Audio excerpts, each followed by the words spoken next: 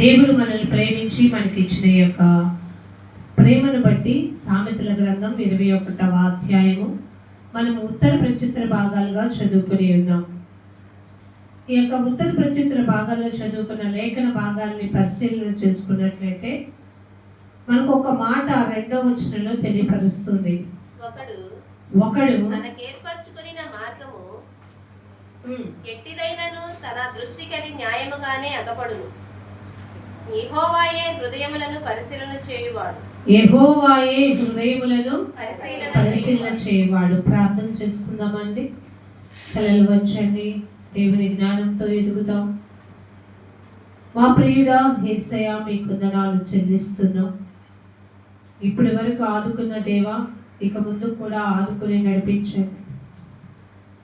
నీ శక్తితో నన్ను నింపండి. నీ బిడ్డలకు కావాల్సిన ఆత్మీయ ఆహారాన్ని అందించమని నాయన ప్రభా, నీ సాక్షులుగా జీవించడానికి మేము ఏమి శుద్ధి చేసుకుని బ్రతకాలో మాకు తెలియపరచమని మనసారా మిమ్మల్ని కోరుకుంటూ బ్రతిమిలాడుకుంటూ యేసయ్య అతి శ్రేష్టమైన నామంలో ప్రార్థించి స్తుతించి అడిగి వేడుకుంటున్నాం తండ్రి. ఆమేన్. చాలాసార్లు మన యొక్క జీవితంలో మనం ప్రతి ఒక్కరు అనుకుంటాం. ఏమనుకుంటామంటే, నా మట్టుకు నేనేమనుకున్నానో నేను కరెక్ట్ అని, తన మట్టుకు తను ఏమనుకున్నానో ఎవరి మట్టు కాదు, నేను కరెక్టే కదా అనుకున్నాను అని. మన జీవితాల్లో తప్పిపోయేది ఈ విషయాల్లో ఎక్కువగా తప్పిపోతూ ఉంటాం. ఒకడట తాను ఏర్పరచుకున్నది మార్గము గట్టిదైనా కూడా, అది మంచిదైనను చెడ్డదైనను కూడా, అది ఎట్లాంటిదైనా కూడా తన దృష్టికి అట్లా అతనికి ఏమనిపిస్తుందట, నేనే తప్పు చేయలేదే, నేను కరెక్టే మాట్లాడానే, కరెక్టే చేశానే, అదేం కాదే అనుకుంటాం. కానీ అక్కడ మన హృదయం ఎలాంటిదో ఎవరు పరిశీలన చేస్తారటండి? ఆలోచించారా? దేవుడట మన హృదయాల్ని పరిశీలన చేస్తాడట. ఎందుకంటే మనకి 2 కొరింథీయులకు రాసిన పత్రిక 5వ అధ్యాయము, 2 కొరింథీయులకు రాసిన పత్రిక 5వ అధ్యాయం 9-10 వచనాలు ఒకసారి చూద్దాం.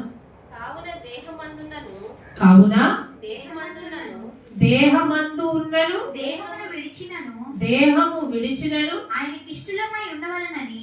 ఎవరికంటండి? ఆయనకి ఇష్టలై ఉండవలనని మిగుల అపేక్షించుచున్నాను.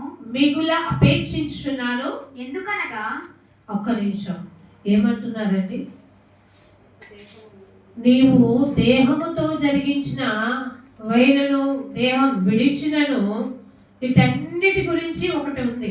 ఎందుకనగా, తాను జరిగించిన క్రియల చొప్పున ఏ మనుషుడైతే తాను జరిగిస్తాడో ఆ క్రియల చొప్పున అవి మంచివైనను సరే, చెడ్డమైనను సరే దేహముతో జరిగించిన వాటి ఫలమును ప్రతివాడు పొందునట్లు మనమందరం క్రీస్తు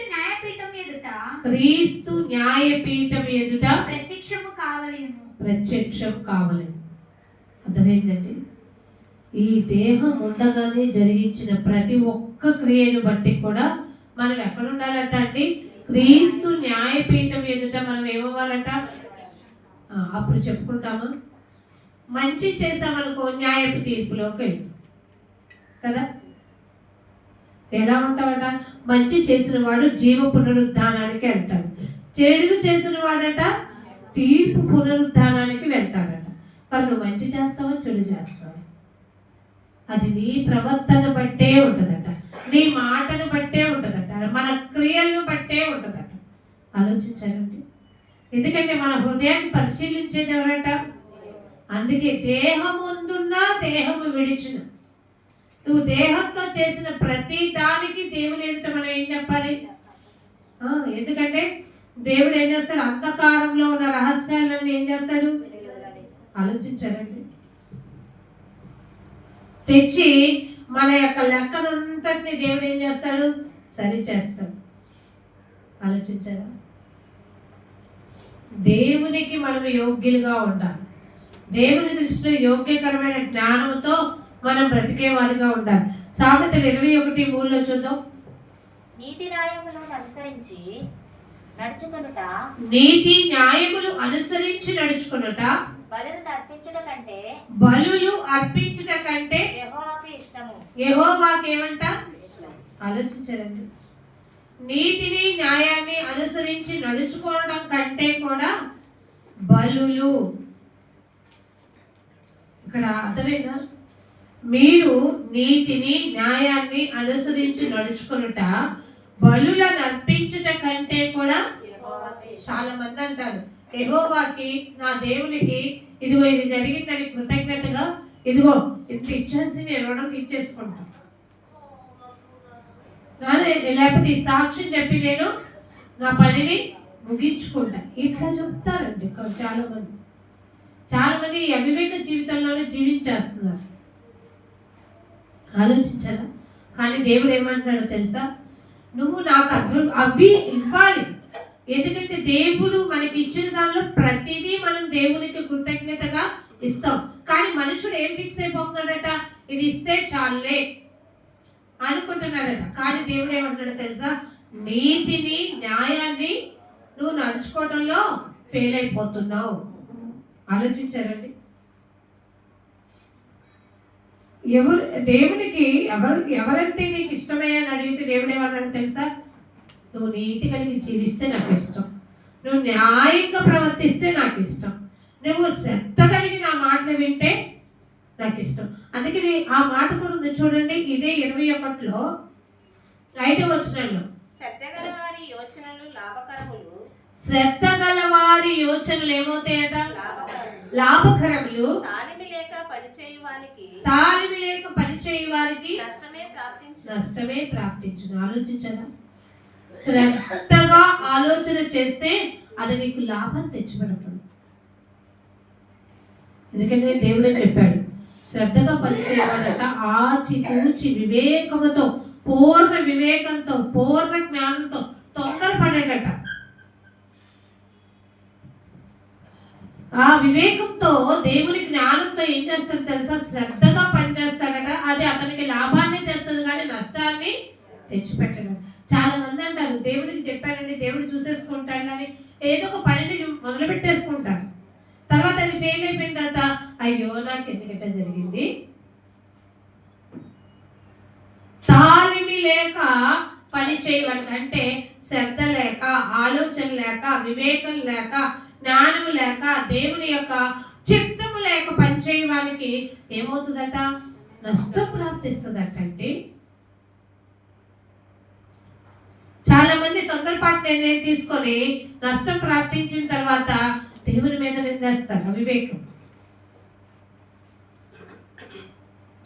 అందుకే నేను అన్నాడు, భక్తిహీనుడు అలా చేస్తాడు.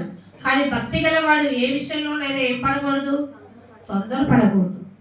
ఆలోచన అనేది ముఖ్యం. జాగ్రత్తగా ప్రభా, మరి నేను నీతిని న్యాయాన్ని అనుసరించుకోవాలంటే నాలో ఉండాల్సింది ఏంటి? శాంత గుణం ఉండాలి. నాలో తొందరపడి మాట్లాడే తత్వం ఉండకూడదు. తొందరపడి డెసిషన్, యూత్ అంతా కానీ, పెద్దోళ్ళు కానీ, వయసు వచ్చిన వాళ్ళు కానీ ఏమంటారు తెలుసా?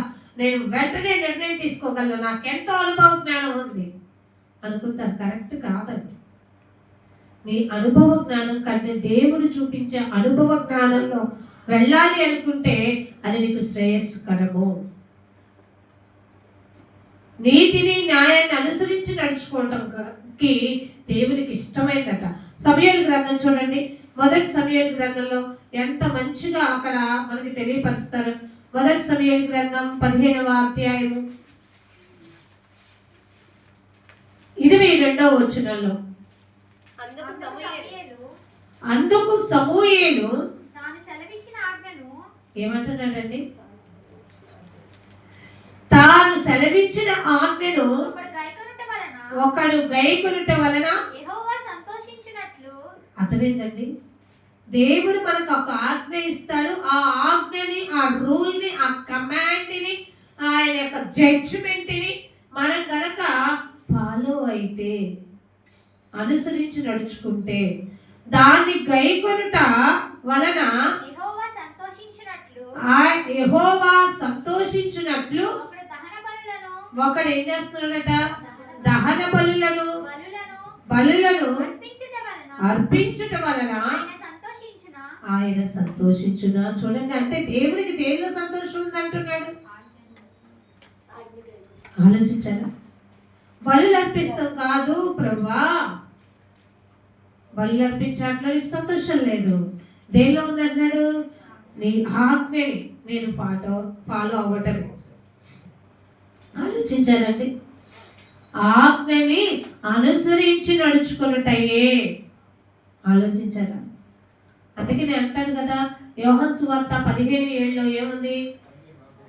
నా యందు మీరును మీ యందు నా మాటలు ఏముండాలి? ఆలోచించారండి, నా యందు మీరును మీ యందు నా మాటలు నిలిచి ఉండిన మీకు ఏది ఇష్టమో అడిగేది. ఆలోచించారా? మాటలు విడిచిపెట్టుకోకుండా, హృదయంలో వాక్యం ఉంచుకోకుండా, మన ఇష్టానుసారంగా ఉండి, మన తొందరపాటు నిర్ణయం తీసుకుని నష్టం చేకూరిన తర్వాత ఇదిగో మా జీవితంలో నష్టమే ఎదురు చూస్తామంటే తొందరపాటు నిర్ణయాలు. ఎంత నీకు అనుభవ జ్ఞానం ఉన్నా దేవుడిచ్చే జ్ఞానంలో బ్రతకపోతే శూన్యం. ఆలోచించారండి, మనం ఏ జ్ఞానంతో బ్రతకాలట?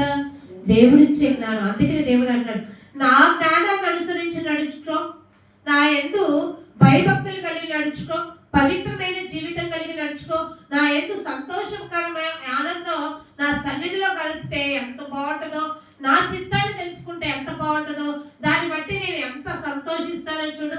నువ్వు అడిగిన దానికంటే కూడా, ఊహించిన దానికంటే కూడా నేను అత్యధికంగా అప్పుడు నేను నీకు మేలులు చేకూరుస్తాను. అలాంటి నిర్ణయం లేకుండా నీ ఇష్టానుసారంగా దేవుడానికి ఇచ్చేస్తే బలి ఇచ్చేస్తాను, ఇది చేస్తే అర్పణ ఇచ్చేస్తాను, ఇదిగో 3 వారాలు వస్తా, 4 వారాలు వస్తే ఇక్కడ ఎంత ఉపవాసం ఉంటా అంటే నేను దానివల్ల సంతోషించను అంటూ ఏమంటున్నాడు చూడండి. ఆలోచించుము, బలులు అర్పించుట కంటే బలిలు అర్పించుట కంటే. ఆజ్ఞను గైకొనుటయు. అర్థమైందండి, ఏ బలి నాకు వద్దు. అందుకే దావీదు గారు కీర్తన 51 అంటాడు కదా, చూడండి, కీర్తన గ్రంథం 51. దేవా నీ కృప చెప్పనా నన్ను కర్ణింపము. దేవా నీ కృప చొప్పున నన్ను ఏం చేయమంటున్నాడు? కర్ణింపము. పాపపు పనుల్లో ఉన్నప్పుడు తను పశ్చాత్తాప హృదయంతో దేవునికి ప్రార్థన చేస్తూ అంటున్న మాట ఏంటో, ప్రభువా దేవుడా నీ కృప అయ్యా, నీ కృప చొప్పున. అంటే నీకు ఎలాంటి హృదయం ఉంది? క్షమించే గుణం ఉందయ్యా. నీ కృప చొప్పున నన్ను బ్రతికించయ్యా. నీ వాత్సల్య బాహుల్యము చెప్పిన నీ వాత్సల్య బాహుల్యము చొప్పున నా అతిక్రమములను తుడిచివేయము. అర్థమైందండి, నీవు చూపించే ప్రేమలో ఉన్న ఆ గొప్ప ప్రేమ, పెద్ద మనసు చేసుకుని దీవించంటాడు చూడు, దాని చొప్పున దీవించు. నా దోషములు పోనట్లు నీవు బలిని కోరువాడవు కావు, బలిని కోరితే నేను బలినే నీకు ఇచ్చేస్తాను. కానీ అక్కడ అంటాడు కదా, దహన బలి నీకు ఇష్టమైనది దహన బలి నీకు ఇష్టమైన బలి కాదు, విరిగిన మనసే దేవునికి ఇష్టమైన బలులు. అర్థమైందండి, మన మనసు దేవుని కోసం ఏం చేసుకోవాలి? వెరగొట్టాలి. అంటే శరీరపరమైన ఆలోచనలన్నీ దేవుని కోసం మనం ఏం చేసుకోవాలి? అలా కొట్టేసుకోవాలి. శరీరపరమైన ఆలోచన మనల్ని జీవపు ఓటలోకి నడిపించదు. శరీరపరమైన ఆలోచన మనల్ని మోసపూరితమైన దానిలో పడేస్తుంది. శరీరపరమైన ఆలోచన మనకి నష్టాన్ని కలుగజేస్తుంది. శరీరపరమైన ఆలోచన మనకి తొందరపాటుని నేర్పుతుంది. శరీరపరమైన ఆలోచన మనలో పిరికితనాన్ని నేర్పుతుంది. ఇంకా చెప్పాలంటే శరీరపరమైన ఆలోచన మన మీద మనకే అసహ్యతను పుట్టేస్తుంది, మనల్ని చేతగాని వాళ్ళలాగా చూపిస్తుంది. కానీ దేవుని కృప చొప్పున నువ్వు కనుక దేవుని ఆలోచన చేత నువ్వు ఉండగలిగితే అది ఏం చేస్తుంది తెలుసా? నీలో జీవాన్ని ఇస్తుంది, ధైర్యాన్ని నింపుతుంది, సంతోషాన్ని ఇస్తుంది, జ్ఞానంతో నడుచుకునేలాగా ఇస్తుంది, నీకు పేరు ప్రఖ్యాతని ఇస్తుంది, నిన్ను స్థిరపరుస్తుంది, నీలో బలాన్ని ఇస్తుంది. అర్థమైందండి? అందుకే మనం దేవుని కోసం మనల్ని ఎడగొట్టుకోవటం మనకు తెలియాలి. ఈ లోకపరమైన ఆలోచనల కోసం దేవుడిని దూరం చేసుకున్నామంటే మనం అజ్ఞానులం అయిపోతాం. అందుకే నేను అన్నాను కదా ఎఫెసీ 5:15లో సమయాన్ని మీరు ఏం చేసుకోవాలి? ఉపయోగించుకోండి.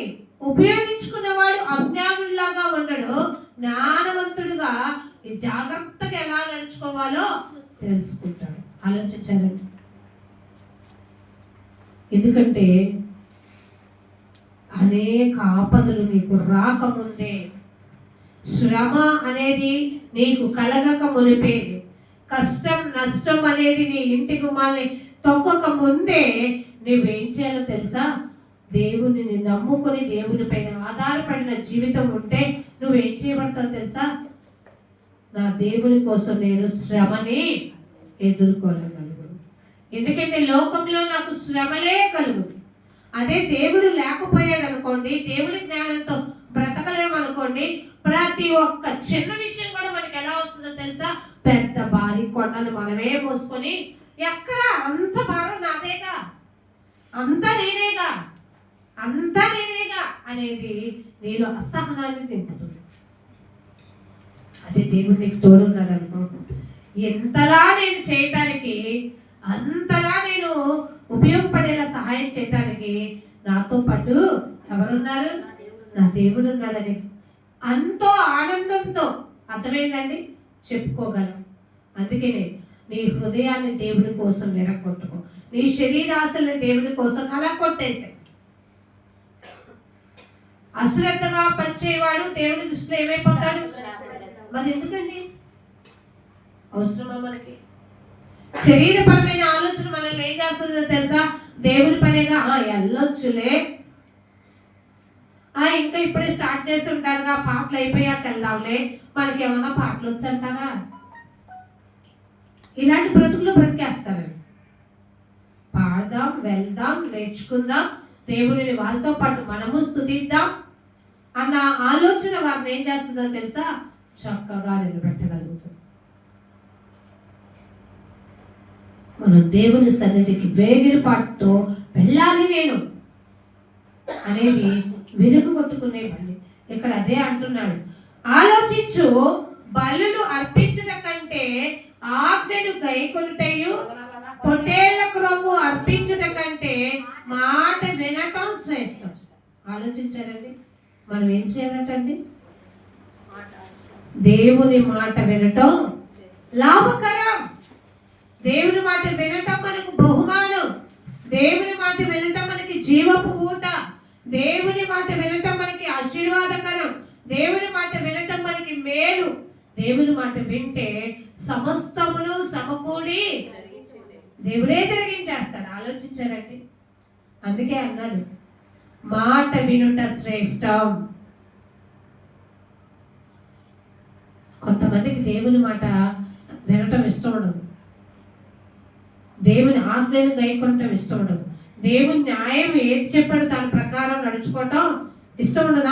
ఎవరు చూడొచ్చారులే ఇప్పుడు అనేది అని చేసేసి తర్వాత వచ్చి దేవుడా నన్ను క్షమించు. పౌలు గారు మనకు ఒక జ్ఞానవంతమైన మాట చెప్పాడండి. తిమోతికి రాసిన మొదటి పత్రికలోనే 2వ అధ్యాయంలోనూ పూర్వము దూషకుడు అని చెప్తారు కదా అండి. చూడండి, తిమోతికి రాసిన మొదటి పత్రిక 1వ అధ్యాయం చదవండి. వెరీ గుడ్, చదవండి. పూర్వము దూషకుడను హింసకుడను హానికరుడనైన నన్ను తన పరిచర్యకు నియమించి నమ్మకమైన వానిగా ఎంచినందుకు, నమ్మకమైన వానిగా నన్ను ఎంచుకున్న దేవుడు నన్ను బలపరిచిన, అర్థమైందండి, నమ్మకమైన వానిగా దేవుడు మనల్ని ఎంచుకున్నప్పుడు మనల్ని బలపరిచేదెవరు? ఆలోచించండి, చూడండి. నేను మీకు పదం చెప్తాను, మీరు నాతో పాటు ఫాలో అవ్వండి. దేవుడి మాట వింటేనంట దేవుడు మనల్నంట నమ్మకమైన వానిగా ఎంచుకుంటాడట. అంతేకాదు మనల్ని ఏం చేస్తాడట? బలపరుస్తాడు. ఆలోచించాలండి. బలపరిచే దేవుడు మనకు ఆలోచన ఇచ్చి మనల్ని సరైన ఇదిలో ఉంచుతూ, అక్కడ ఇంకో మాట అన్నాడు చూడండి, మన ప్రభు అయిన క్రీస్తు యేసుకు మన ప్రభు అయిన క్రీస్తు యేసుకు నేను ఏమై ఉన్నాను? కృతజ్ఞుడనై ఉన్నాను. అర్థమైందండి? నన్ను ఎంచుకున్న దేవునికి, నన్ను బలపరిచిన దేవునికి నేను ఎప్పుడు ఏమై ఉండాలి? ఎంత తీర్చినా ఆయన కృతజ్ఞత మనం 1000 నోళ్లతో స్తుతించు, ఎంతైనా అర్పించు, కానీ తీర్చలేని ఆ రుణములు. ఆలోచించారండి. కానీ దేవుడు అంటున్నాడు, నాకు నీ చిన్ని హృదయం చాలు. చిన్ని హృదయం దేవుని కోసం ఎదురు చూస్తూ, నా మాట వింటూ, నేను చెప్పిన ప్రకారం నువ్వు నడుచుకుంటే నీవు ఈ భూలోకంలో ఎంత గొప్ప ఉన్నత స్థాయిలో నా సాక్షిగా ఉండగలుగుతావు, నా యొక్క ఆత్మీయతలో నువ్వు ఉండగలుగుతావు అని దేవుడు నేర్పుతున్నాడు. అందుకే నమ్మకంగా బలమైన వారిగా మనల్ని ఎంచుకున్న దేవునికి కృతజ్ఞతలు చెప్తూ ఇంకో మాట అన్నాడు పౌలు గారు మనకి నేర్పిన గొప్ప మాట ఏంటో తెలుసా? తెలియక విశ్వాసం వలన ఏం చేశాను అంటున్నాడు? తెలియదు, ఒకప్పుడు అవిశ్వాసంతో బ్రతికాను, చేశాను, కనికరింపబడితిని. ఎంత మాట అండి! తెలియక అవిశ్వాసం వల్ల చేసి తిని కనుక నేను ఏం చేయబడ్డాను? మరి క్రైస్తవ బిడ్డల్లో తెలుసు కూడా తప్పులు చేస్తే ఆలోచించారండి. తెలియక నేను చేసిన తప్పుకి దేవుని దగ్గర నాకు క్షమాపణ దొరికింది. తెలిసిన తప్పుకు దేవుడు నాకేం వేస్తాడు? శిక్ష. ఆలోచించారా? అందుకనే మనకి తెలియాలి. దేవుడికి అక్కడ మనం ఫస్టే చదువుకున్నాం కదా, దేవుడట మనం దేహం అందుండి చేసినది అది మంచిదైనా చెడ్డదైనా సరే వాటి యొక్క ప్రతిఫలం మనం అనుభవింపక తప్పదు. ఆలోచించారా? నీతి జ్ఞానంతో మనం ఎదగడం రావాలి, నీతియుక్తమైన సరళతతో ఎదగడం రావాలి. ప్రభా నీ మాట వినటం శ్రేష్టం అన్నాం, నీ మాట ప్రకారం నడుచుకోవటం నాకు నేర్పించు. నా హృదయాన్ని, నా శరీరాశల్ని నేను నెలకొట్టుకోవటం నాకు నేర్పు. ఎంత భక్తిపరుడైనా చూడండి, శరీరపరమైన ఆలోచన విగ్రహాల రూపంలో బలహీనత మోసుకుంటూ పోతూనే ఉంటారు. వాళ్ళలో ఉన్న బలహీనత వాళ్ళకి తెలియదు. వాక్య ప్రకారం చెప్తున్నప్పుడు కూడా సరి చేసుకోవాలనే ఆలోచనలు. ప్రతి ఒక్క మనిషిలో కోపం ఒక బలహీనత, ప్రతి ఒక్క మనిషిలో పక్షపాతం ఒక బలహీనత, ప్రతి ఒక్క మనిషిలో కూడా ఎదుటివాడిని చూసి అసూయపడటం ఒక బలహీనత, తనకు తాను గర్వంగా ఫీల్ అవటం ఒక బలహీనత, ఎదుటివాడిని క్షమించలేని గొడవ ఒక బలహీనత. మరి ఎరగొట్టుకోమంటున్నాడుగా, నువ్వు ఆయన మాట విన్నావా? వింటే మరి నలగొట్టుకుంటున్నావా? నీవు ఎన్ని సంవత్సరాల అనుభవంలో క్రీస్తులో ఉన్నావా అనుకంటే అదే అంటారు కదండి. ఏంటంట? వెనకొచ్చిన ముందొచ్చిన కొమ్ముల కంటే వెనకొచ్చిన కొమ్ములే వాడి. దేవుడట మనకి చిన్నవాళ్ళ ద్వారైనా బుద్ధి చెప్తాడట, మన పరిస్థితుల ద్వారా అయినా బుద్ధి చెప్తాడు, చేత కాకపోతే అన్యుడి ద్వారా కూడా బుద్ధి చెప్పిస్తాడట. అర్థమైందా? మనం ఎదుటి వాళ్ళతో మాట్లాడే తీరు ఉండాలి. ఎదుటివాడు మనల్ని చూసి ఇలా దగ్గర మనం సలహా తీసుకోవచ్చు, వీళ్ళ మాట మనం వినొచ్చు. అబ్బో వీళ్ళ కదిలితే కోపం తప్ప ప్రేమ కలిగిన మాటలు రాకూడదు అనుకోకూడదు, అది మంచి మనస్తత్వం కాదు. అందుకే దేవుడు అన్నాడు మాట వినుటే శ్రేష్టం. ముందు నువ్వు దేవుని మాట విను, నీ మాట వినలేదని 100 మంది వినలేదని నువ్వు అందుకు అనుకుంటావు. ఆలోచించావండి? దేవుని మాట విన్నవాడు దేవుని యొక్క జ్ఞానానుసారంలో నడుచుకుంటాడు.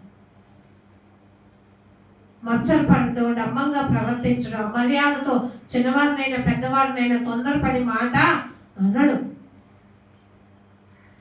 ఎందుకంటే దేవుడు ఏం పరిశీలిస్తున్నాడటండి? ఆలోచించారా? నువ్వు పెద్దవాడు అయ్యా అనేసావు కాబట్టి క్షమిస్తాను అంటావు, నువ్వు చిన్నోడు కాబట్టి ఏదో తెలియక అన్నావు కాబట్టి అంటే అంటావు. నీకు వాక్యం తెలిసిందా లేదా? నాకు ఎప్పుడు ఒక మాట బాగా నచ్చింది. యోహాను సువార్త 9వ అధ్యాయంలో పుట్టి గుడ్డివాడు ఒక మనుషుడు ఉన్నప్పుడు అనేక మంది శాస్త్రులు పరిచయలు వచ్చి యేసు ప్రభు ద్వారా పుట్టి గుడ్డివాడు స్వస్థత పొంది అతని కన్నులు తెరవబడినప్పుడు మరి పదే పదే తల్లిదండ్రుల దగ్గరకు వచ్చి ఏం చేస్తారు తెలుసా? అడుగుతా ఉంటారు. ఏమని? నిజంగానే వీడు పుట్టినప్పటి నుంచి గుడ్డివాడేనా? ఇప్పుడే గుడ్డివాడయ్యాడా? నిజంగా వాడికి కన్నులు వచ్చాయా? ఎలా వచ్చాయి? పదే పదే అడుగుతుంటే తల్లిదండ్రులు ఏమంటారు తెలుసా? ఆ మాట భలే నచ్చుద్దండి. వయసు వచ్చిన వాడు వాడినే. ఆలోచించారండి. జాగ్రత్త. నీ వయసు నీకు ఏం నేర్పుతుంది? నీ వయసుతో నువ్వేం నేర్చుకోవాలనుకుంటున్నావు? నీ అనుభవం నీకు ఏం నేర్పుతుంది? చిరాపడమనా, కోపపడమనా, నిరుత్సాహం తెచ్చుకోమనా, ఎదుటివాడిని అసహ్యపడమనా? నీ అనుభవం నీకేం నేర్పాలో తెలుసా? శాంతం నేర్పాలి, న్యాయంగా నడుచుకోవటం నేర్పాలి. నీ అనుభవం నీకు ఏం నేర్పాలంటే క్షమాపణ కూడా నేర్పాలి. నీ అనుభవం ఎదుటి పొరుగు వారిని ఎలా ప్రేమించాలో నేర్పాలి. ఆ అనుభవ జ్ఞానం లేకపోతే మనము హృదయాలని పరిశీలించగలిగిన దేవుని దృష్టిలో పాసా ఫెయిలా? అర్థమైందండి? ఫెయిల్ అయిపోతాం. ఆలోచించుకో జాగ్రత్తగా. ఇంకో మాట చెప్తున్నాడు చూడండి. హోషేయ గ్రంథం 6వ అధ్యాయం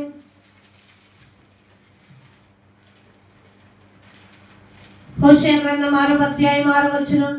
నేను బలిని కోరను గాని అబ్బా ఎంత బాగా చెప్తాడో చూడండి. నేను బలిని కోరను కానీ కనికరమునే కోరుచున్నాను. ఎంత బాగా తెలుసా? ఇక్కడ అదే మాట. నేను ఏం కోరుకుంటాను తెలుసా? మీలో దయ, దాక్షిణ్యం, జాలి, కరుణ, ప్రేమ, వాత్సల్యం. నేను అదే కోరుకునేవాడిని. మరి నన్ను పోలిన పెట్టలేని మీరు కూడా ఏం కలిగి జీవించాలి? ఆలోచించాలి. ఇంకా అక్కడ మాట అంటుంది, దహన బలుల కంటే దేవుని కూర్చున్న జ్ఞానము నాకు ఇష్టమైనది. ఎంత బాగా అంటున్నాడు అక్కడ. కొంతమంది అంటారు దేవుని మాట వినడం కంటే ఇప్పుడు పనేదో జరిగించేయటం ముఖ్యం. తొందరపాటులో తప్పిపోయే తనానికి వెళ్ళిపోను అక్క. నీ అనుభవం నీకు ఏం నేర్పుతుంది? తొందరపడొద్దని నేర్పింది కదా. తొందరపడే జీవితాలు నాశనం అయిపోతుంది. తొందరపాటుతోనే ఈ జరగాల్సిన కార్యం సరిగా జరగట్లా. ఆలోచించాలండి. ఒక మనిషి తొందరపాటు అతనికి ఏం చేస్తుందట? మరి నష్టాన్నే చేకూరుస్తుందట. ఆలోచించావా? దేవుని యొక్క మాట వినటం ఇష్టం, దేవుని కూర్చున్న జ్ఞానాన్ని నేర్చుకోవటం. నువ్వు నేర్చుకున్న వాడైతే దేవుడు నిన్ను చూసి ఇష్టపడతాడట. ఇంకో మాట మీకా గ్రంథంలో దేవునికి ఇష్టమైన దాని గురించి చెప్తూ, మీకా గ్రంథము మనకందరికీ తెలిసిన మాటే, 6వ అధ్యాయము మీకా 6:8. మనుషుడా ఏది ఉత్తమమో అర్థమైందండి. అది నీకు తెలియజేయబడి ఉన్నది. ఒక్క నిమిషం. ఇందాక పౌలు గారు ఒక మాట అన్నారు, తెలియక అవిశ్వాసం అంటే దేవుని నమ్మకపోవటం వల్ల, దేవుని గురించిన అనుభవ జ్ఞానం నాకు లేకపోవటం వల్ల ఏది న్యాయమో ఏది అన్యాయమో తెలియక నా అజ్ఞానంతో నేను చేసినవన్నీ, నేను తలంచుకున్నవన్నీ, ఈ క్రైస్తవ బిడ్డని హింసించినవన్నీ కరెక్టే అనుకున్నా. కానీ తెలియక చేశాను కాబట్టి దేవుడు నన్ను, ప్రధాన పాపినైన నన్ను క్షమించాడు. ఇక్కడేమన్నాడండి? నేను మీకు అన్నీ తెలియపరిచాను. ఆలోచించానండి. దేవుడు అన్నీ తెలియపరుస్తున్నప్పుడు ఎందుకు అనుసరించాం? ఏమంటున్నాడు? ఏం తెలియపరిచావు ప్రభు అంటే ఎలా నడుచుకోవాలంటే పక్షపాతం ఉండకూడదు. ప్రతి ఒక్కరి పట్ల మనం ఏం కలిగి ఉండాలి? న్యాయం. మన కోసం ఏ నేరం ఎదుగనే ఆయన అన్యాయముగా శిక్షించబడ్డాడు యేసు ప్రభు. కానీ మనకి నేర్పింది ఏంటో తెలుసా? మీరు న్యాయముగా నడుచుకోండి. న్యాయంగా నడుచుకుంటే పాపాన్ని అంటించుకుంటామా? మళ్ళీ వంటిద్దా? అపవిత్రతలో ఉంటామా? ఆలోచించారా? దేవుడు చెప్పింది అది.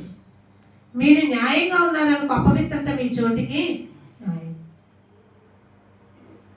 మీరు నీతిమంతులుగా జీవిస్తున్నప్పుడు జనులు మిమ్మల్ని దూషించినా, హింసించినా, అవమానపరిచినా, హేళన చేసినా మీరు ధన్యులే నా దృష్టిలో.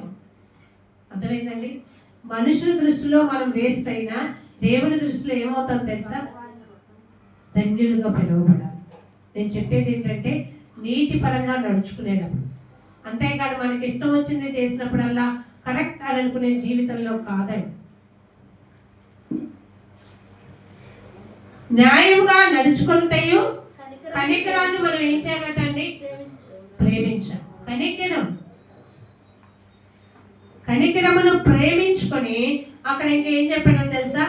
దీన మనసు. న్యాయము, కనికరం, దీన మనసు దేవునికి ఇష్టమైన ఈ పని. న్యాయముతో, కనికరముతో, దీన మనసుతో గనక మనం ఈ మూడు కలిగి నడుచుకుంటే దేవుడు మనల్ని చూసి ఏం చేస్తాడో తెలుసా? ఇంతే కదా, అర్థమైందండి? ఇంతే కదా యెహోవా నిన్ను అడుగుచున్నాడు. దేవుడు అడిగే దాన్ని మనం ఇవ్వటం నేర్చుకున్నప్పుడు దేవుడు మనకు అన్నిటినీ సమకూరుస్తాడు. ప్రత్యేకంగా దేవుడా నాకివ్వు, నేను ఉపవాసంతో నేను వెతుకుతున్నా, అడుగుతున్నా, నాకివ్వు సహాయం చేయని పదే మనం మొరపెట్టాల్సిన అవసరం లేదు. ఆలోచించారండి? న్యాయముగా, కనికరముతో, నీతిని అనుసరించి బ్రతకడమే మనకి దేవుడు చెప్పిన న్యాయ విధి. అలా నడుచుకోవటమే దేవునిలో మనము ఎదగాల్సింది. ఆలోచించాలి.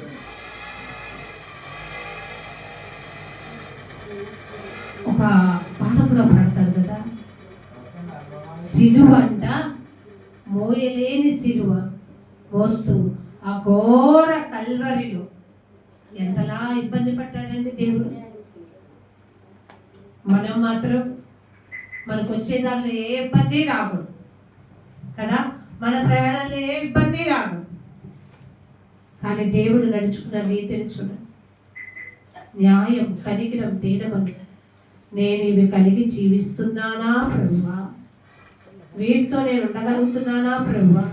ఈ మూడింటిని నేను అనుసరించగలిగి నడుచుకున్నప్పుడే నేను ఏం చేయబడతాను తెలుసా? దేవునికి ఇష్టమైన బలిలో ఉండగలుగుతాను. ఆలోచించండి. దేవుడు ఈ బలి కోరుకుంటున్నాడు. ఈ బలిని నువ్వు ఇవ్వగలుగుతున్నావు. ప్రతి వారి పట్ల జాలి, వాత్సల్యం, ప్రేమ అందరి పట్ల కలిగి మనం జీవించాలి. దీన మనసు అనేది దేవుడు అదే కదా అన్నాడండి. దేవుడు తగిన సమయమందు నిన్ను హెచ్చించినట్లు ఆయన బలిష్టమైన చేతి క్రింద నువ్వు ఏం కలిగి ఉండాలట? అర్థమైందండి? ఈ మనసు ఉంటే దేవుడు తప్పకుండా మనం అడిగిన దాన్ని తిరిగి మనకి ఇచ్చేస్తాడు. చూడండి, సామెతలు 21:5. సామెతలు 21:5. అర్థమైందండి? శ్రద్ధ గల వారి యోచనలు ఎప్పుడు ఏం తెచ్చి పెడతాయి? ఆలోచించారా? వాళ్ళు పనిని అశ్రద్ధతో చేయరు, అజ్ఞానంతో చేయరు. శ్రద్ధ గల వారి యోచనలు లాభకరములు. ఒక ఆలోచన లేకుండా పనిచేయని వారికి నష్టం వచ్చేస్తుంది. వద్దు, దేవుని ఆలోచన సభలో చేరదాం, దేవుని జ్ఞానంతో నడుచుకుందాం. అందుకే ఎఫెసీయులకు రాసిన పత్రిక 4వ అధ్యాయం 28వ వచనం. అపవాదికి చోటీయుకుడి, దొంగలు వాడు ఇక మీదట దొంగలిక. అపవాదికి మీరు చోటు ఇయ్యకుడి, దొంగిలి వాడు ఇక మీదట దొంగిలిక. అక్కర గలవానికి పంచిపెట్టుటకు వీలు కలుగు నిమిత్తం తన చేతులతో అర్థమైందండి? తన చేతులతో మంచి పని చేయొచ్చు. సోమరిపోతుగా ఉండమని దేవుని మాటలు నేర్పాయా? ఎందుకు నువ్వు అలా కూర్చుంటే ఎందుకు? చాలా మంది అజ్ఞానంతో మాట్లాడతారు. ఏమి తిందుమో, ఏమి త్రాగుదామో, ఏమి ధరించుకుందామో దేవుడికి తెలుసు కదా, మనం కష్టపడ్డాం ఎందుకు అనుకుంటే కూర్చొని దేవుడి సన్నిధిలో ఉండిపోతే వచ్చేదండి. దేవునికి ఇవ్వాల్సిన సమయం దేవునికి ఇవ్వాలి. ఎంతవరకు మన శరీరాన్ని కష్టపడాలి అంతవరకు మాత్రమే కష్టపడి మిగతా సమయం దేవునికి చెప్పాలి. వీలైనంత వరకు ఎక్కువ సమయం మనం ఎవరిలో గడపాలి ఆలోచించాలి. అలా కాకుండా దేవుని సన్నిధిని నిర్లక్ష్య పెట్టి కనుక చేసామనుకో అపాయములో పడతాం, ఆపదలో చిక్కుకుంటాం, న్యాయం తప్పి ప్రవర్తిస్తాం, మనసుని మన ఇష్టానుసారంగా నడుచుకుంటాం. మళ్ళీ అప్పుడు దీనత్వం ఉండదు, అహంకార గుణం అనేది ఏలుబడి చేసేస్తుంది. నేనేంటో నేను చేసేది రైట్ అనిపిస్తుంది. వద్దండి ఆ గుణం మనకి. మంచి అనే మాట చెప్పారు కదండి, మంచి పని చేస్తూ కష్టపడాడు. చాలా వరకు ఎట్లాంటి పనులు చేస్తారు తెలుసా? చాలా వరకు కొంతమందిలో ఉంటుంది ఏదో ఒక విధంగా డబ్బు సంపాదించవచ్చు. ఇది కరెక్ట్ అంటారా? ఏదో ఒక విధంగా డబ్బు వస్తుందేమో, కానీ నువ్వు న్యాయంగా ఉన్నది కష్టపడి చేసుకున్నది మాత్రమే నీకు సంతృప్తినిస్తుంది. మోసం చేసో, అన్యాయం చేసో, గుర్తులాడో, లేకపోతే ఎటువంటి నీచ పనులు చేసి సంపాదించిన ధనము అసలు మనకి మంచి ఉదాహరణ ఇస్కరియోతు యూద కదండి. స్వయాన యేసు ప్రభుని అప్పగించడానికే మరి ఎన్ని వెండి నాణ్యాలు తీసుకున్నాడు ఆలోచించండి. 39 వెండి నాణ్యాలు తీసుకుని యేసు ప్రభుని మరి పరిసయ్యులకి శాస్త్రులకు అప్పచెప్పిన తర్వాత సిలువు మీద బలి అయిపోయిన తర్వాత తీసుకొచ్చి ఆ అప్పలు తీసుకొచ్చి ఎక్కడ వేయాలనుకుంటున్నాడట? దేవుని సన్నిధిలో వేయాలనుకున్నాడట. వద్దు వద్దు, నువ్వు అసలు ఇక్కడ వేయవద్దు. ఎందుకు? ఇది రక్తము. ఒక మంచి వ్యక్తిని నువ్వు అప్పగించిన దానికి వచ్చిన అప్పు. ఇది మాకు వద్దు, అపవిత్రం చేయొద్దు. ఆలోచించారా? అందుకే నువ్వు కష్టపడి సంపాదించు, ఆ అర్పణ తీసుకోవచ్చు. దొంగలించొద్దు, మోసగించొద్దు. మనము అట్లాంటి పనిలోకి వెళ్ళొద్దు. మంచి పని చేయి, కష్టపడకుండా సోమరులాగా ఉన్నావు అనుకో, సోమర్తనం నిన్నేం చేస్తుందో తెలుసా? ఆపదలో పడేస్తుంది. జాగ్రత్తగా ఆలోచించండి. నీ సోమర్తనం నిన్ను ఎక్కడ పంపిస్తుందంటే ఆపదలో, అన్యాయంలో పంపించేస్తామా?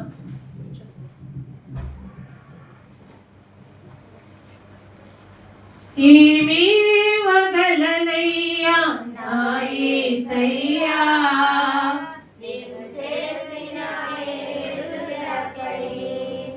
నేనేమీ వదలనయ్యా నా యేసయ్యా, చేసిన మేలులకై. ఏమిచ్చినా ఆయన రుణాన్ని తీర్చిన అంత గొప్ప మేలులు చేయగలిగిన దేవుడు. ఆలోచించండి జాగ్రత్త.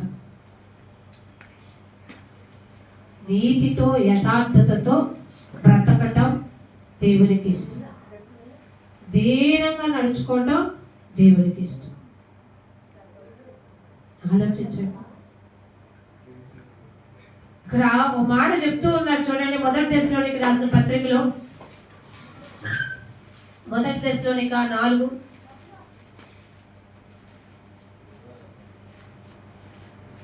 మొదటి దశలోనిక 4వ అధ్యాయం 10-12 వచనాలు కలిసి ఉన్నాయి, చదువుదాం.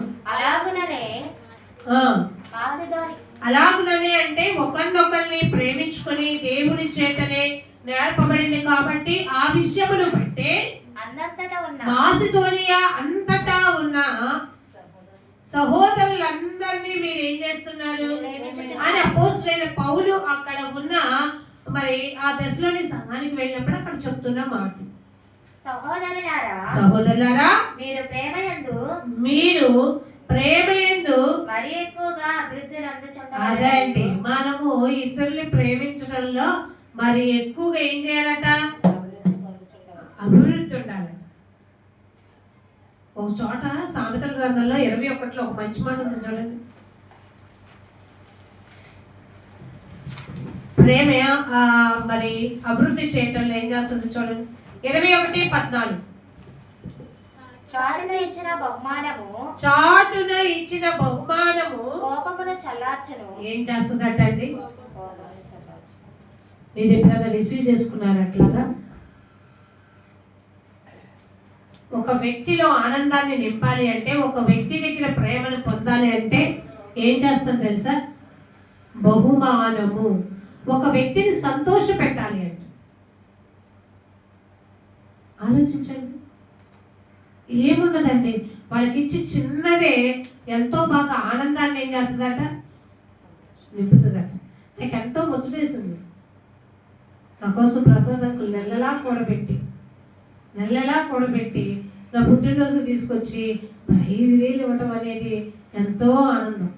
ఆంటీ ఎంతో బాగా చెప్తా ఉంటాం. ఈ బహుమానం ఏం చేస్తుందంటే ఎక్కువగా మన దేవుని ప్రేమను వృద్ధి చెందేలాగా ఆలోచించారండి. జ్ఞానముతో కూడుకున్నది. ఇక్కడ అన్నాడు, చాటున ఇచ్చు బహుమానము కోపమును ఏం చేస్తుందట, చల్లార్చును. ఒడిలో నుంచబడ్డ కానుక మహాక్రోధాన్ని ఏం చేస్తుందట. అందుకే నేను జాగ్రత్త ఉండండి. మీరు అప్పుడప్పుడు ఒకరికొకరు ఏం పంచుకోవాలి, ఇచ్చు పుచ్చుకోండి. ఓ చాట రాయబడి ఉంటుంది కదా, పుచ్చుకొనుట కంటే ఇచ్చుట శ్రేష్టం. మామూలు మేలు కాదు అది. మనకి అందరూ పుచ్చుకోవడమే తెలిసేమో, ఇవ్వడం కూడా నేర్చుకున్నప్పుడు మనం దీవించబడతాం. ఆశీర్వాదాలు ఎవరిస్తారంటే దేవుడే అంటే. ఆలోచించారా? మన పరిస్థితులు ఎలా ఉన్నాయో మనకు తెలియదు, కానీ జ్ఞానయుక్తమైన పరిస్థితులతో, ఆ అనుభవంతో మనం ఎదగలగాలి. ఇలా చాటుని ఇచ్చేది ఏం చేస్తుందట, క్రోధాన్ని శాంతిని శాంతిపరిచేస్తుంది. దేవుడు మనకు అదే నేర్పాడు కదా, ఒకళ్ళొకళ్ళు ప్రేమించుకోండి, ఒకళ్ళొకళ్ళు చక్కగా ఆదరించుకోండి, ఒకళ్ళొకళ్ళు క్షమాపణ కలిగి ఉండండి, ఒకరి పట్ల ఒకళ్ళు వచ్చి వాళ్ళ గురించి నాకు చెప్పగా అన్నట్టు ఉండొద్దు. ఏం చెప్తున్నారు అనేది దేవుడు మనకు నేర్పిన న్యాయవిధి ఏంటి? ప్రతి మనిషిలో చెడుని పక్కన పెట్టే మంచినే ప్రేమించు. ఆలోచించారండి? అది మనకు తెలియాలండి. ఎందుకంటే ప్రతి వ్యక్తిలో మనకు నచ్చిన గుణాలే ఉండవు. ఆలోచించారా? మనము ఒక వ్యక్తికి ఉండాల్సిన లక్షణాలని మనం ఒక డిజైన్ చేసుకోవచ్చు, మన దృష్టిలో ఉండొచ్చు, కానీ ఎదుటివాడితో మాట్లాడేటప్పుడు అది కనపడకపోవచ్చు. కానీ ఆ వ్యక్తి గురించి తర్వాత తెలుసుకున్నప్పుడు, అహో ఇతనిలో ఈ మంచి ఉందన్నమాట. ఆ మంచిని బట్టైనా అతన్ని మనం ఏం చేయాలి? ప్రేమించాలి, ఆదరించాలి, క్షమాపణ కలిగి ఉండాలి. ఆలోచించాలండి? అందుకే దేవుడు అన్నాడు, కనికరం బాబు, మీరు కనికరం, పొగడ్తలకి, గర్వానికి, అహంకారానికి వెళ్ళకండి. కనికరంగా ఉండండి, జ్ఞానయుక్తంతో నడుచుకోండి. మీరు ఏం చేసుకోమన్నారో తెలుసా అండి? ఒకళ్ళొకళ్ళ ఆప్యాయతను పెంచుకోండి. మనందరం క్రైస్తవులు, ఒకళ్ళు చూసి ఒకళ్ళు మనం ఎప్పుడూ కూడా సంతోష హృదయం, ఆరోగ్యదాయంతో బ్రతకాలి. ఆలోచించారా? మనం చూపిన, మనం నడిచిన ప్రవర్తన బట్టి దేవుని చేత ఏం పొందుకుంటాం? దీవెనలు పొందుకుంటామండి. వద్దనుకుంటారా? ఎందుకు వద్దంటాం? దేవుడా, అడగకుండా ఇచ్చేది నీవు, అడిగిన తర్వాత ఇచ్చేది కూడా నీవే. నా అవసరత తీర్చుకునే ఏంటో తెలుసుకొని నాకు సహాయం చేసేది కూడా మీరే. మరి అట్లాంటప్పుడు దేవుని మాట వినటం మనకి శ్రేష్టమా కాదా?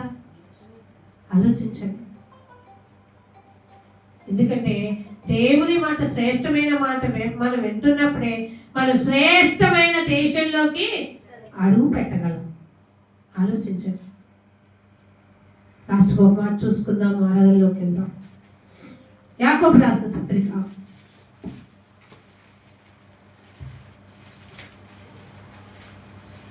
యాకోబు రాసిన పత్రిక 2వ అధ్యాయం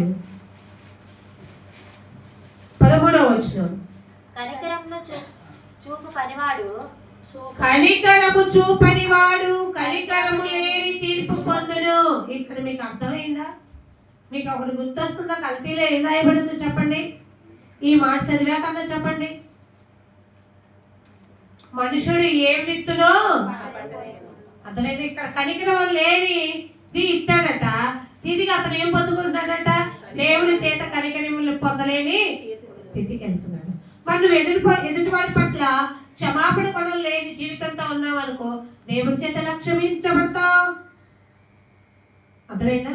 ఎదుటివాడి పట్ల పక్షపాత బుద్ధితో ఉన్నావు అనుకో, దేవుడి దగ్గర నుంచి ఎలా పొందుకుంటావు ప్రేమని? ఆలోచించావా? నువ్వు విత్తిన దానినే కదా పోసుకుంటావు. ఆలోచించారా? జాగ్రత్త. కనికరము చూపని వాడు కనికరము లేని తీర్పే పొందుతాడు. అంటే దేవుడు కూడా వాడిని కనికరించడు. కనికరము తీర్పును మించి అతిశయపడును. ఆలోచించారా? అది జ్ఞానము సంపాదించుకోండి. ఈ యొక్క జ్ఞాన అభ్యాసంలో వెళ్ళండి. ఒకరిని చూసి ఒకరు ప్రేమించుకోండి, ఆప్యాయత కలిగి ఉండండి. మనమందరము ఒక కుటుంబం, సహోదరత్వం, ఐక్యవత్యం, రాజులము, యాజక సమూహము, దేవుని సొత్తైన ప్రజలు. ఆలోచించారా? ఒకరి పట్ల ఒకరికి, ఒక్కొక్కరి పట్ల ఇంకొకరికి జ్ఞానంతో మాత్రం బ్రతకొద్దు. దేవుడు చూపిన జ్ఞానంతో ఎదగలిగినప్పుడే మనం దీవించబడతాం. కాబట్టి గుర్తుపెట్టుకోండి, దేవుడు కోరుకున్నది మనం ఇద్దాం, ఆయన ఆజ్ఞని గైకొందాం, కనికరము, న్యాయము, దీన మనసుతో వెళ్దాం. ఈ లోకపు హృదయంలో కూడా అంతరింద్రియాన్ని పరిశీలించగలిగిన దేవునికి మన హృదయంలో వాక్యానుసారమైన జీవితం కలిగి జీవించి దేవుడి యొక్క సాక్షులుగా ఇళ్ళలో ముందుకు కొనసాగుదాం. దయచేసి తలలు వంచండి. ఈ కొద్ది మాటలు దేవుడు మన వినికిడిలో ఫలింపచేయును గాక. ప్రార్థన చేసుకుందాం. మా ప్రియుడా యేసయ్య, మీ వందనాలు చెల్లిస్తున్నాం. మీ అమూల్యమైన మాటలు మాకు వినిపించారు. నేర్చుకున్న మాటల ద్వారా దేవుని మాట వినటే, దేవుని ఆజ్ఞను గైకొనుటే శ్రేష్టమంటూ, ఒకరిని చూసినప్పుడు ఒకరు ఎలా కలిగి ఉండాలో మీరు మాటలు మాకు నేర్పినప్పుడు ప్రభువా, ఆ మాటల్లోని సరళత మా హృదయాల్లో జీర్ణింపచేసి ఈ సాక్షుల గిరిలో కొనసాగునట్లు సహాయం చేయించేవు. విన్న మాటలని బిడ్డల యొక్క హృదయాల్లో నీరు కట్టి ఫలింపచేయమని మనసారా నిన్ను కోరుకుంటూ బ్రతిమలాడుకున్నాను. యేసయ్య అతి శ్రేష్టమైన ఉన్నతమైన నామంలో మనవులన్నీ కూడా అడిగి వేడుకను పొందుకుని ఉన్నాం తండ్రి. ఆమేన్. మనమందరం ఆరాధన చేసుకుందాం.